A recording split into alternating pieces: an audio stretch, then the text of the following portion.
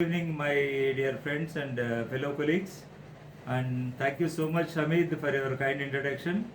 So, let us get into our session, and it's a hot topic actually, and important and burning topic for every practicing clinician who is involved in treating diabetes, because the topic today is diabetes and the Ramadan fasting, and understanding the interplay of multiple factors. And before getting into the session, so I request all the participants to type their questions in the chat box, so that we'll take up at the end of the second session by ma'am. And this is my financial disclosure. And today's agenda is epidemiology and pathophysiology of diabetes and Ramadan, a need for focused management, and fasting during Ramadan, understanding the risk stratification, and final part will be Ramadan focused education, taking COVID-19 into perspective. And let us come to the overview of Ramadan. And according to the Holy Quran, the one of the five pillars of Islam is Ramadan, and is observed as a holy month. It is something like an event, and people say we are going to get Ramadan, and Ramadan is coming. So this is how people talk about Ramadan actually. So we call it Ramjan, and most of the countries they call it Ramadan. So let us stick to Ramadan only. So it is something like a holy event that comes, and people are waiting for that actually, like saying we are going to wait for Ramadan, and the Ramadan month has come, and we are waiting for the Roza, that is the fasting during Ramadan is called Roza.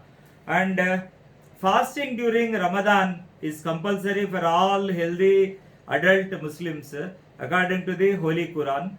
And the occurrence of Ramadan is based on a lunar calendar, which is somewhere around some 10 days earlier each year. So last year we had it somewhere around the second or fourth April, I think, and now it is somewhere around some no, it was during the lockdown. It was somewhere around 24th of April. So now it is supposed to be like day after tomorrow. That depends on the appearance of the moon actually. So adults who observe Ramadan fast from sunrise to sunset, that is dawn to dusk, it is called the pre-dawn meal is called Sairi, or it is called Suhoor. And the post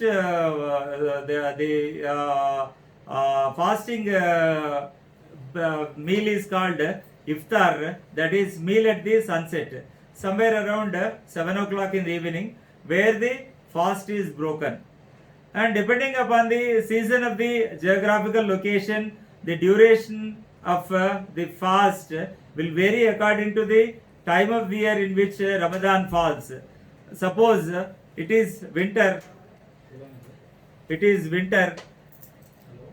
the fasting, the day is shorter and night is longer in winter, whereas the reversal happens in the summer. Actually the day is longer, can be up to some countries like UK and the European Union, where I was physically present. I was able to read the newspaper at 10 o'clock in the night also, in the months of June actually, May and June. So where the day is so long that it extends up to 20 hours. At least in our country, it is around some 15 to 16 hours day is seen during the peak months of summer. That is the meaning there is a greater risk of dehydration and hypoglycemia for those people who are on the Ramadan fasting. And now coming to the prevalence of type 2 diabetes in Muslims. So you can clearly see the proportion of Muslim continent wise actually. The North America being the lowest, that is 0.2%, and to the Middle East north, the maximum being 19.8%, and the Europeans having around somewhere around some 2.7%, and the Asian Pacific it is around 61.7%, and the Sub-Saharan Africa it is 15.5%, and Latin America being the least, where there is the Caribbean islands, that is the Jamaica and the West Indies and all, as low as less than 0.1%. And they are estimated like 1.6 billion Muslims worldwide. That is 23% of the global population. It is close to 24.2% actually. This slide is having some small errors, and I will be correcting wherever there are errors. It is not 23%, it is actually 24.2%. Roughly around 1/4 of the global population is Muslim population, and it is more than 100 million Muslims estimated to have type 2 diabetes. And now coming to the Ramadan and the diabetes, and fasting always involves refrain from intake of food, water and drugs, and ill adults are exempt from undertaking the fasting. That is written in the Holy Quran by Prophet Muhammad, says that the ill adults also, there are certain categories where they cannot fast, like the adults suffering from some sort of chronic illness, or the pregnant ladies, or the children below the adolescence age group, and the lactating woman, they are exemption to this Ramadan fasting actually. However, many Muslims with diabetes, they choose to fast during Ramadan for religious, cultural and social reasons. See, this involves all the three: religious, cultural and social reasons. And out of the people with type 1 diabetes during Ramadan, and it is the people, the figures are not mentioned actually. So yeah, let's move on to the next slide. The other religious communities that also practice fasting, it is the Orthodox Christians. They fast before the Easter, actually the Good Friday, because after the third day of Easter, after the crucifixion of Jesus, there is again reincarnation of Jesus. So they fast for a period of 40 days in India, and some countries they have a tradition to fast for the 40 to 48 days of abstention from the certain foods. That is not a total fasting actually. They can have the meal, food, whatever it may be, water, after 3 o'clock actually they have to fast in the morning, and by 3 p.m. they take food. And Baha'i, this is 19 days, and Hindus 1 to 9 days, that is Devi Sharanavaratri, that's what we called the Dasera, the holy month of Dasara. The North Indian people, they fast for total 9 days, including our Honorable Prime Minister Mr. Modi. He takes only water during these 9 days of the holy Sharanavaratri. And Jains, they follow the fasting for 1 to 8 days. So fasting is not pertained only to this particular Muslim religion or community.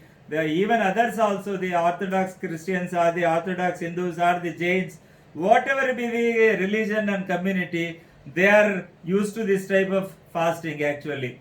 So now coming to the pathophysiology of fasting in patients with diabetes, and the pathophysiology is like it is glucose centered actually. You can see, you find there is increased ketogenesis and the decreased glycogen stores in the liver, where the stores are depleted, and the effect on pancreas is the decreased insulin secretion, and the ketones are used as fuel, and at the level of peripheral tissues also, which leads to the key differences in the patients with type 2 diabetes, leading to excessive glycogen breakdown and increased gluconeogenesis and ketogenesis, leading to the hyperglycemia as well as the ketoacidosis, leading to diabetic ketoacidosis.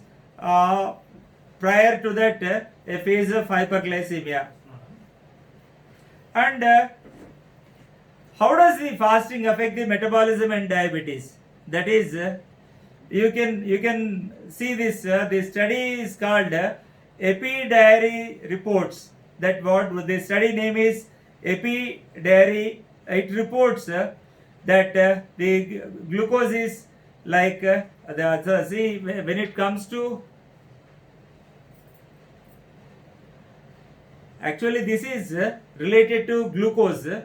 It is the weight, actually the weight is unchanged in 54.1%, and there is weight loss seen in 26.9%, and weight gain is seen in a proportion of 19.1.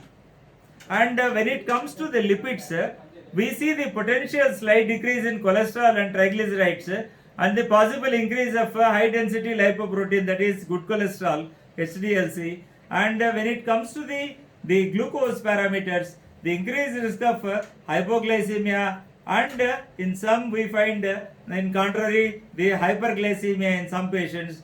And the EpiDiary reports the glycemic control is unchanged for 53.8%, and it is totally lost in it is the incidence of hypoglycemia in more than 36.8%, and more than 9% they have hyperglycemia.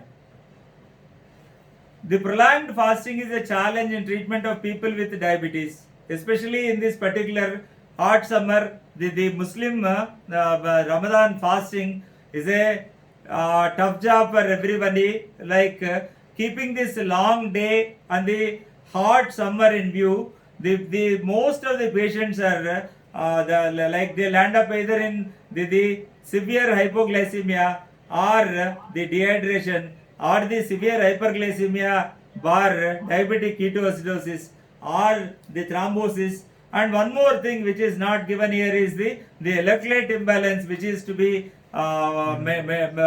studied very very meticulously, which is to be measured. In this context, I would like to mention one sentence to all the Muslim community, that the Muslim people think that even a blood test during the Ramadan fasting is considered haram, that is not supposed to be done, and that is absolutely false. You can always monitor the blood glucose, that is SMBG, can be done during this particular Ramadan fasting. It is not haram. It is according to the science. One can go for the self monitoring of blood glucose during the Ramadan fasting. So giving a prick to the finger or taking the blood sample from the vein is not considered a haram at all, as most of the Muslims are under the false notion that mere taking a blood sample is almost considered as breaking the fast. So that is not so actually.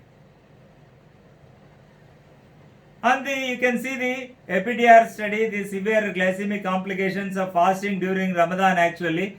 So the population based retrospective survey study where the 12,914 type 1 and type 2 diabetes patients were involved from various 13 countries, and 79% of the patients with the type 2 diabetes fasted around or more than 15 days actually.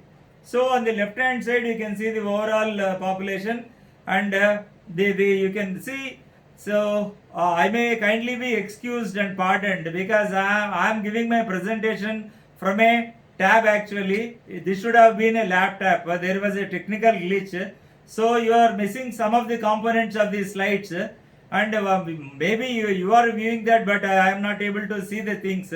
Actually there should be a comparison bar diagram on the left hand side. That is before Ramadan is the gray one, and the during Ramadan is the dark blue. Here you find only one like the one dark blue is you can see that, and it indicates the severe hypoglycemia and severe hyperglycemia bar ketoacidosis, where both the things are statistically very significant.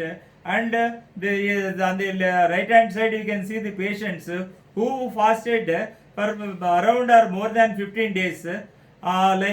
Even this is also very statistically significant, where you can see the severe hypoglycemia followed by severe hyperglycemia followed by DKA. And coming to the fasting during Ramadan and decision cycle for patient-centered glycemic management in patients during the Ramadan fasting. Actually, you can see in the center the goals of care is the control of the symptoms and to maintain the glycemic level and to prevent the short-term and the long-term complications. This is the our patient-centric approach in this particular Ramadan fasting. And you can see the various components like review and agree on management plan and ongoing monitoring and support, including the following, and the implementing the management plan and agree on management plan and SMART objectives, and assess the key patient characteristics and risk stratification. This is very important. Risk stratification is one very important factor, whether the doctor should allow the patient to fast or not to fast. I just see nothing is visible on my tab, but I'll tell you, like risk stratification is again divided into low risk and medium risk and high risk. The low risk is the points are given like the episodes of hypoglycemia, like the episodes of hyperglycemia in the past 3 months, or the blood glucose levels less than 70, or the blood glucose levels more than 300, or the HbA1c more than 9. So each of them they carry one point actually. And like pregnancy is one of the risk factors where it carries 3 points, and a mother who is lactating carries 1 point. Likewise, they give all points, whether the patient is suffering from chronic kidney disease, or whether the patient has got the associated hypertension or the dyslipidemia or the coronary artery disease or the stroke or the heart failure and all. So based on that, you can even download on your mobile also, that is available freely on the net also, the Ramadan fasting risk stratification. And only thing is you have to categorize the thing like the mild risk stratification and the moderate risk stratification and the severe risk stratification. That is 0 to 3 points is considered as low risk. So you can advise those patients with a score of 0 to 3 points. You can allow them to fast without any objections. And 3.5 to 6 is categorized as moderate risk for this particular the risk stratification. So they have to be monitored very closely. You need to educate and re-educate, and you should counsel, either you should counsel or a registered nurse or a registered dietitian must counsel actually with regards to the dosage as well as the dietary intake. That is, and anything above 6, that is called high risk actually. That is according to this the Ramadan risk stratification. Anything above 6 is called high risk, and that is highly contraindication for any clinician to ask them to go for fasting is something like a crime actually. You always have to follow the risk stratification, and if the patient is in a low risk profile, you can always advise. And a medium risk, your discretion actually, you have to have a cross talk with the patient as well as the family members, and then only you can allow them to go for Ramadan fasting, giving all the precautions, and all the time the education counseling about the diet and the exercise and the medication that holds good for every point. And above 6, you can straight away say you are not eligible to fast. That is how it happens actually. So risk stratification for people with diabetes intending to fast during Ramadan during the COVID-19 pandemic. So here I said the low will start with people with well controlled type 2 diabetes with HbA1c of less than 7% on diet alone, and the people with well controlled type 2 diabetes on monotherapy and otherwise healthy, and they can be allowed, and the community affected by COVID, and we recommend that the people in the so this is low, and coming to the moderate, this particular category contains the people with type 2 diabetes with moderate glycemic control, that is 5.7 to 8.5% of HbA1c, and people with moderately controlled type 2 diabetes on oral glucose lowering agents like the EP4 inhibitors and the SGLT2 inhibitors and sulfonylureas like glyclazide, and even you can take it as granted for ripaglinide also. And the next is the people with moderately controlled type 2 diabetes on GLP-1 analog receptor agonist, and people with well controlled type 2 diabetes on basal insulin, and anyone living in same house as symptoms of COVID-19, they all fall under the category of moderate risk. And the high risk people, that's what I mentioned, people suffering from type 1 diabetes and with poor glycemic control, that is the HbA1c more than 8.5%, the hypoglycemia unawareness, and the severe and recurrent hypoglycemia in the last 3 months prior to Ramadan fasting, and history of DKA or HHS, hyperosmolar hyperglycemic state or coma in the last 3 months before Ramadan, and comorbidities, that's what I mentioned, the chronic kidney disease, the coronary artery disease, the stroke or the heart failure, etc., and the acute illness, and the pregnant woman, as I have already earlier told, and the COVID-19 positive patients, the symptoms of COVID-19, high temperature and new persistent cough, are admitted to hospital with COVID-19. See, these are the groups where you find the low risk and the moderate risk and the high risk. And we recommend that the people in the high risk category during the current COVID pandemic must not fast. This is a take home message. Like, you have to keep it in mind always. We recommend that the people in this particular high risk category, that is what I said, the people with the type 1 diabetes and all the poor glycemic control, the hypoglycemia unawareness and etc., they are not supposed to fast during the COVID pandemic. This is the take home message, please. And people in the moderate risk category should not fast. And people in the low risk should take adequate precautions, and if they choose to fast, leave the option to the patient first of all, then you come into action actually as a clinician. Then if the patient says I don't want to fast, don't compel the patient to fast, please. If the patient says simply I don't want to fast because of so and so reasons, you can just leave it. The problem comes only when the patient says I want to fast, when the patient is in the moderate risk or the high risk, especially during this the COVID pandemic.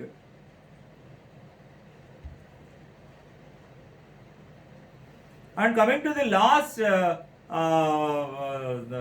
part of the agenda, the Ramadan focused education, taking COVID-19 into perspective, because we are in a very, very, very deadly situation. We are in the second wave of Corona. Please take care of Corona first of all. And the pre-Ramadan education, actually the pre-Ramadan education should start either the evaluation or the investigations or the counseling, education, the dose titration, initiation of new drugs, whatever it may be, it should start at least 4 to 6 weeks prior to Ramadan fasting. That is, if at all a clinician has to certify that this particular patient can fast, should see the doctor at least 4 to 6 weeks prior to the Ramadan fasting. But in fact, in my almost 3 decades of the experience as an endocrinologist, I've never seen any patient coming to me 4 to 6 weeks prior to Ramadan. Even I tell them also, they just come 1 day or 2 days prior to. So that is only 20 to 30% of the patients. They see as from 0 to 7 days prior to Ramadan fasting, and the remaining 30 to 70%, remaining 70 to 80% of the patients, they take decisions on their own. They don't even take our consent. They don't even get educated. They don't even get counseled. That is the pathetic situation what I am facing, and probably you are also facing the same scenario, I think.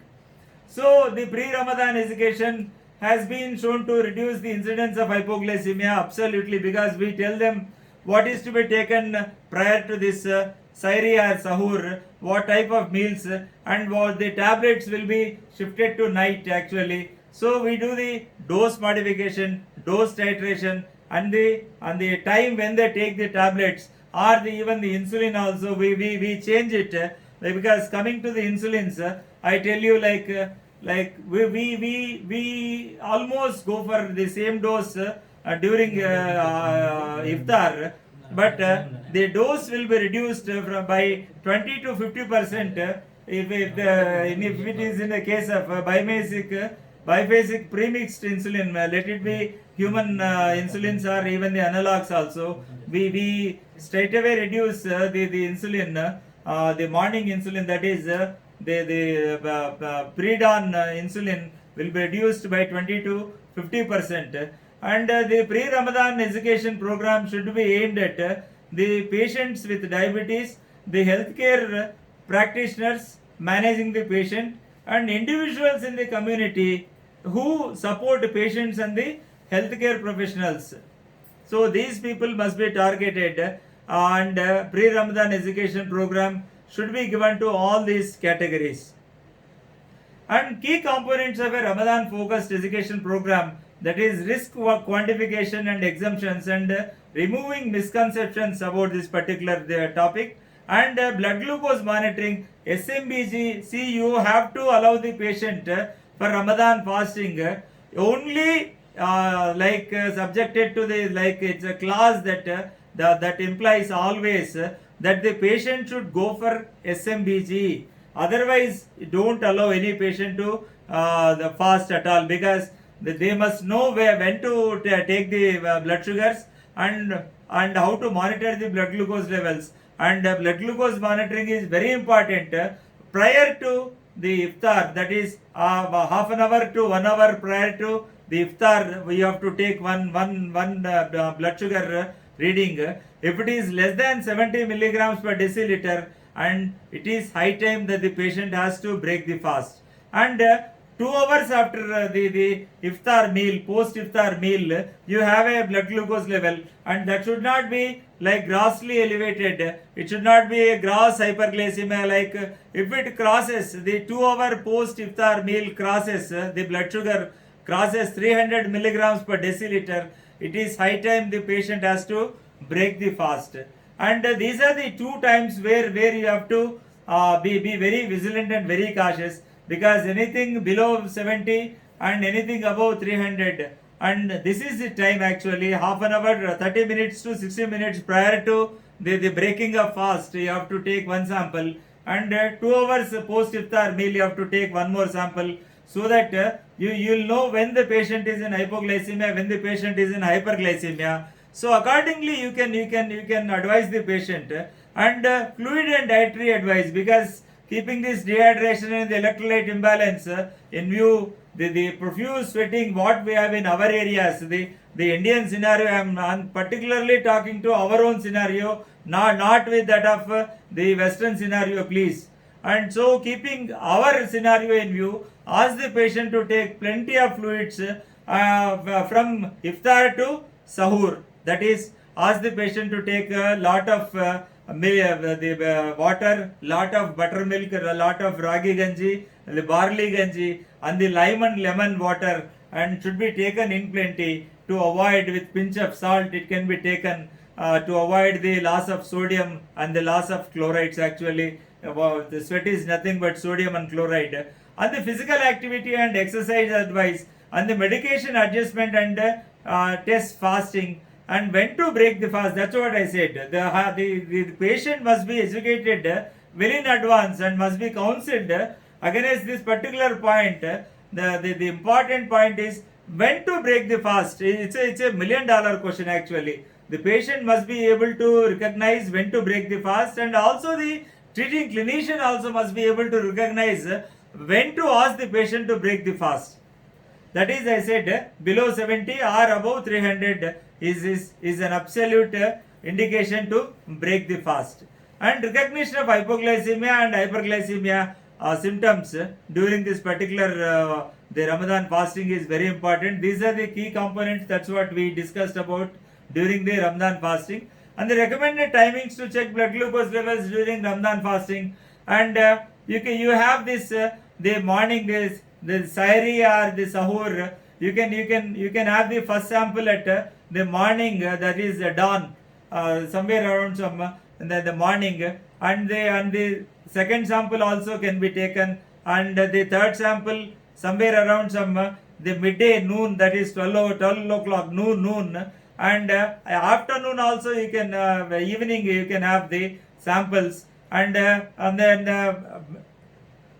what I said is the pre iftar, that is 30 to 60 minutes pre iftar you can have, and also 2 hours after the post iftar meal, and midnight at 12 o'clock also, 12 a.m. also you can take the blood glucose levels, and you must know when to taste. The number of glucose blood glucose monitoring differs according to the case actually. It is the sahur, that is pre-dawn meal, that is what we take, what we advise them to take early in the morning. What traditional orthodox Muslims take early in the morning is called sahri or sahur, that is the meal taken very early, somewhere around before 4 or 4:30. I think it depends on the area, the time changes accordingly, and the morning sample and the midday sample and the mid-afternoon sample and pre-sunset, that is the iftar, and 2 hours after the iftar meal. That's what I said. At any time when the patients they have the symptoms of hypoglycemia or hyperglycemia, or when the patient feels that the sense of being unwell, then that is the time when to check that. And once again I tell you, checking the blood glucose levels, either the SMBG or the doctor checks the blood sugar in the hospital, is not considered haram. That is acceptable as per the Holy Quran actually. And coming to the dietary advice for people with diabetes, fasting during Ramadan, and divide the daily calories between sahur and iftar plus 1 or 2 snacks if necessary. For example, I'll tell you, the patient with symptoms of hypoglycemia, repeated history of hypoglycemia, you ask the patient to take a sumptuous meal which consists of complex carbohydrates, proteins, and limited portions of the fats, including the eggs, including the chicken, whatever it may be, including the fish in the morning, and take as much of water as you can, and take as much of buttermilk with pinch of salt, as much of lemon and lime water with pinch of salt, and the buttermilk with pinch of salt from before the pre-dawn meal, that is called sahri or sahur. And coming to the breaking of fast, which is called iftar, that is in the evening 7 o'clock. The time changes and the time is announced day by day. The time of the sahri or sahur or the iftar timings are mentioned, and the Muslim population they follow that actually. According to that only they break the fast. And according to the Holy Quran, according to Prophet Muhammad, it is always better, safer and religious and pious to break the fast with khajur. So you can encourage the patient, even suffering from type 2 diabetes also can take 2 or 3, max 4 khajur, that's it. Not more than that.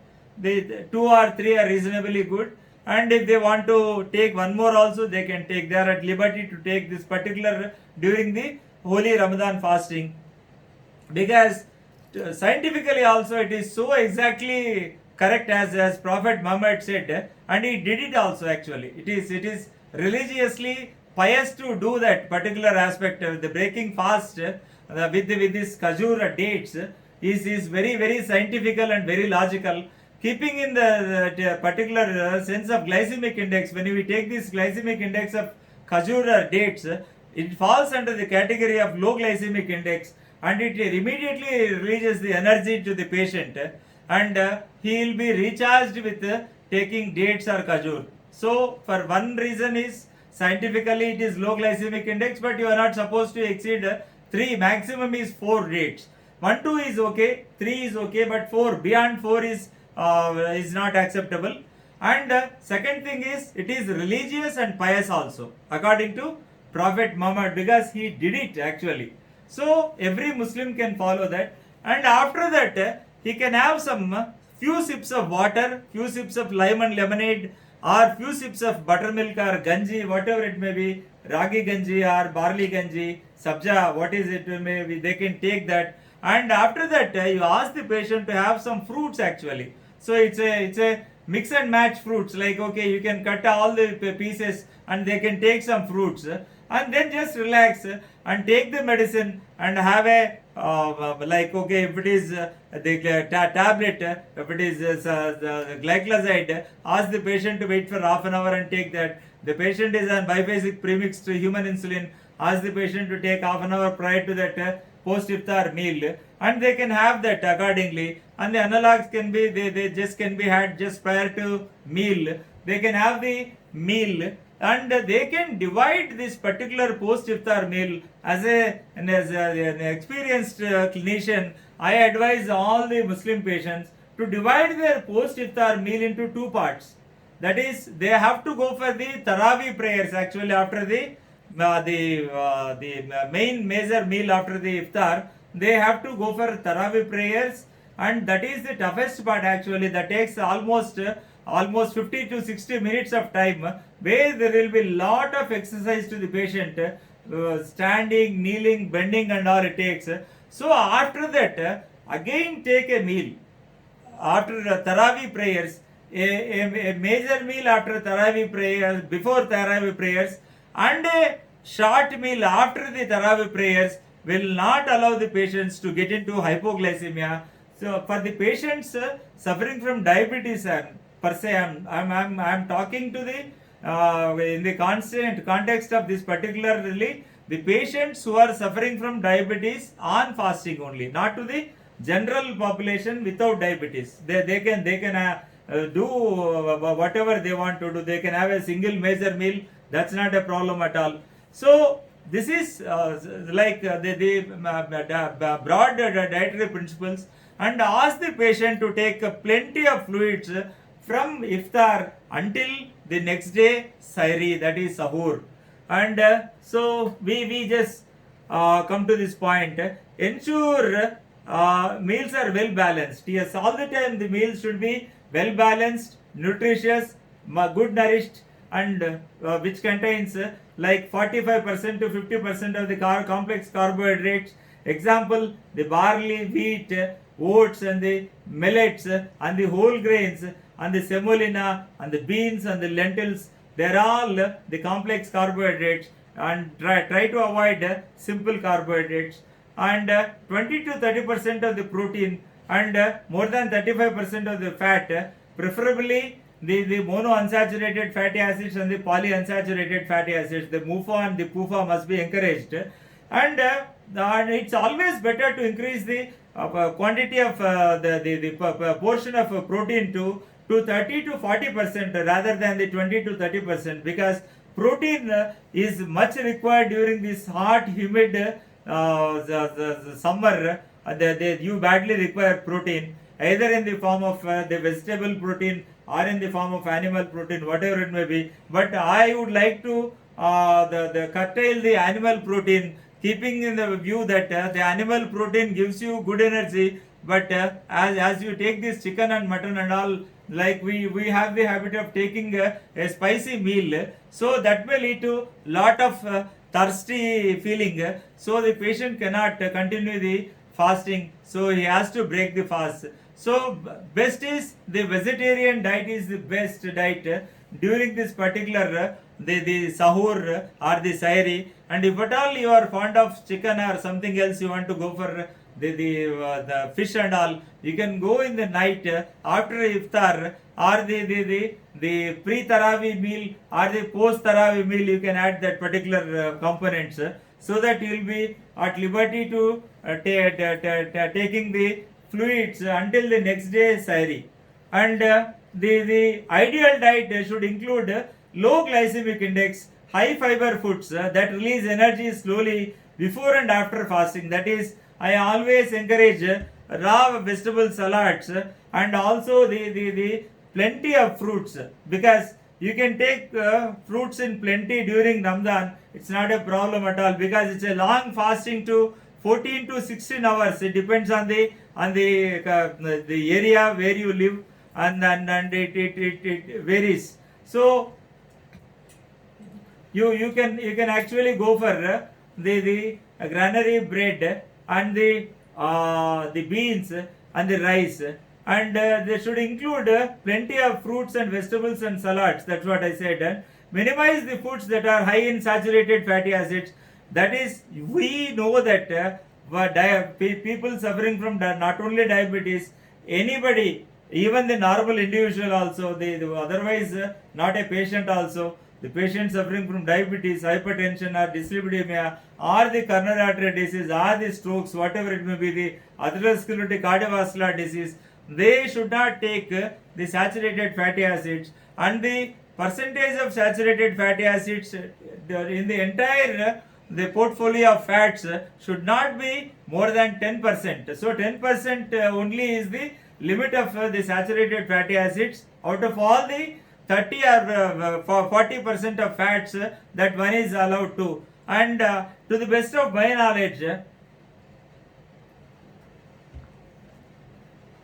a meal containing 40% of complex carbohydrates and 30% of proteins, 30% of fats is an ideal meal, even otherwise also, even in normal days or during the Ramadan fasting also.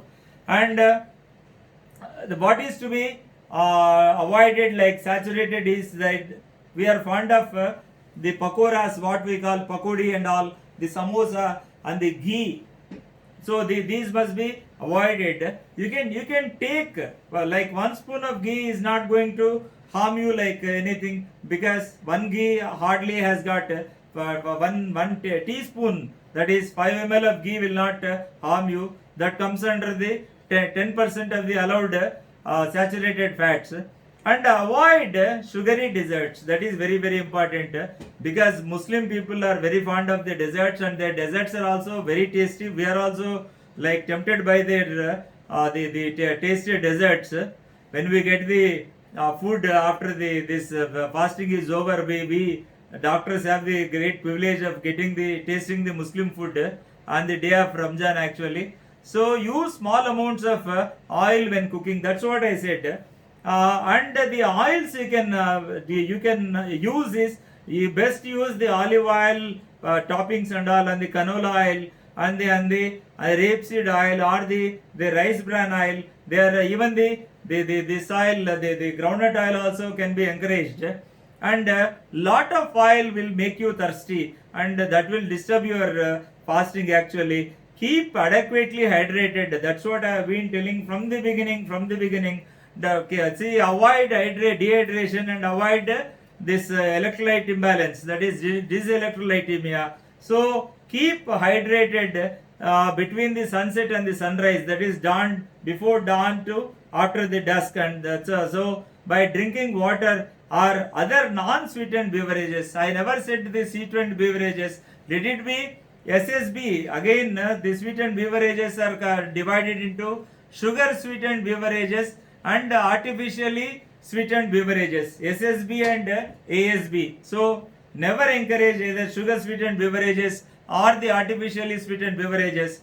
All the time encourage water, buttermilk, lime and lemon lemonade, and the ragi ganji or the barley ganji, or any sort of the fluid with pinch of salt at the time of the Ramadan fasting, and keep hydrated between sunset and the sunrise by drinking water or non-sweetened beverages, and avoid caffeinated and sweetened drinks. Again and again it is being repeated, don't go for the sweetened drinks.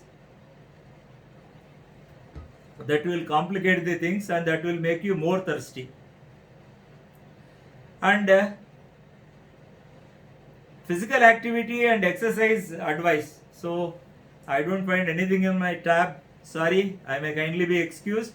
So you should always encourage physical activity and exercise even during this also, and only one exception being the hard working laborers must be exempted from this particular fasting. They cannot be advised to go for Ramadan fasting. A hard Muslim with hard working style, working under the sun, a hardcore laborer should not be allowed, because he'll easily get dehydrated, he'll easily get into the electrolyte imbalance. So it's very difficult for that patient. So let them not fast. The hard working laborers can be exempted from this fasting, and the minimal and moderate, like 60 minutes of walk or the yoga or the exercises what they are used to, can be continued even during the Ramadan fasting also, but not under the hot sun. So immediately after that, the Sairi or Sahur, or if you in between, if you want to walk, you can walk, but not under the hot sun, please. And that is the exercise and physical activity advice I give to all the patients. It should be continued as usual. As a protocol, you should continue the physical activity and exercise. It cannot be exempted. And when to break the fast, this is very important. And when to break the fast, all individuals should break the fast in case the blood glucose is less than 70 milligram per deciliter, and the blood glucose is more than 300 milligrams per deciliter, and the symptoms of hypoglycemia, symptoms of hyperglycemia, symptoms of dehydration, symptoms of electrolyte imbalance, and symptoms of acute illness. In case of all these things, one has to break the fast. The symptoms of hypoglycemia, you all are aware of it. The trembling and the sweating and the chills, the palpitations, the hunger, the altered mental status, the confusion, headache, and hyperglycemia, that is extreme thirst, hunger, frequent urination, fatigue, confusion, the abdominal pain, the nausea, vomiting. These last three indicate that the patient is getting into ketosis, that is diabetic ketoacidosis. DKA with coma or without coma will eventually complain of this particular abdominal pain and nausea, vomiting. So they have to break the fast. These are the signs and symptoms of hypoglycemia and hyperglycememia. And a word of caution during this COVID-19 diabetes and Ramadan, and people with diabetes do face a higher chance of experiencing serious complications from COVID-19, because it is diabetes per se, it is an immunocompromised state, and the naturally the complications also, they become very severe during this COVID pandemic. The risk of COVID-19 to diabetic patients fasting during Ramadan is primarily related to two aspects, that is the reduced ability of the body to fight against the infection due to hyperglycemia, and the second thing is reduced ability of the body to fight against the infection due to presence of the medical condition such as heart disease or vascular disease or kidney conditions. Actually, diabetes is a state of vasculopathy. Maybe it is microvasculopathy or macrovasculopathy. So these are the causes why the patient is more vulnerable to get contracted with COVID-19. So one has to be very cautious, especially during this COVID pandemic, during the Ramadan fasting. And coming to the last few lines, the high risk groups to avoid fasting due to added risk of COVID 19, that is, people with type 1 diabetes mellitus and poor glycemic control, that is, more than 8.5% of HbA1c, and hypoglycemia unawareness, and the severe and recurrent hyperglycemia in the past 3 months prior to the Ramadan fasting, and history of DKR, hyperosmolar and hyperglycemic coma state, HHS, that is called, 3 months prior to Ramadan, and the comorbidities like CAD, CKD, and the heart failure, stroke, and all the acute illness like COVID-19, getting hospitalized and all, and pregnant woman, and also the lactating woman has to have to be like meticulously followed by SMBC and all. And pregnant woman, it's not indicated that they should fast. Nothing. The pregnant woman itself it is given the risk stratification of 3 points. So pregnant women, you should always advise them not to fast. Still, if they fast, you have to educate, and re-educate and counsel again. That's it. That is the duty of a clinician. And the COVID-19 positive patients and the symptoms of COVID-19, that is high temperature and new persistent cough, are the hospitalized COVID-19 patients. These are the high risk groups actually. And diabetes and Ramadan and COVID-19, the practical advice is follow the local guidelines for COVID-19. See, there are no generalized guidelines for COVID-19. Still, we are learning. We are in the process of learning, though it is more than 1.5 years. So still we are still learning, in the process of learning what is COVID-19, what is it about, and what is it. That's it. And still the unsolved puzzles are the coagulopathy, and so many things are unsolved. The thrombosis during this particular the COVID-19, and so several things are still not understood actually. We are in the process of learning the things actually, and adjust the medications according to the doctor's advice, and ensure regular adherence to the medications, and avoid excessive intake of food and drink rich in glucose and the fat during Ramadan. And the next is continuation. Like if people with diabetes develop COVID-19 symptoms during fasting, they need to break the fast and check the blood glucose levels and ketones. They should follow the sick day rules. Then that advise continuing of the dose of the insulin, monitoring the blood glucose levels regularly, and maintaining adequate fluid intake and diet. If people with diabetes are suffering from diarrhea, vomiting, they need to take the oral fluids. If blood glucose levels are low, or these fluids should contain sugar, or if high, should be unsweetened. I am extremely sorry. The take home message summary is totally missing in my this thing. And if you give me one second, I'll just try to summarize the things. Since my presentation is through the tab, this is the most essential part. The take home message is summary, and summary is missing in my this thing, but still I'll try to make it out.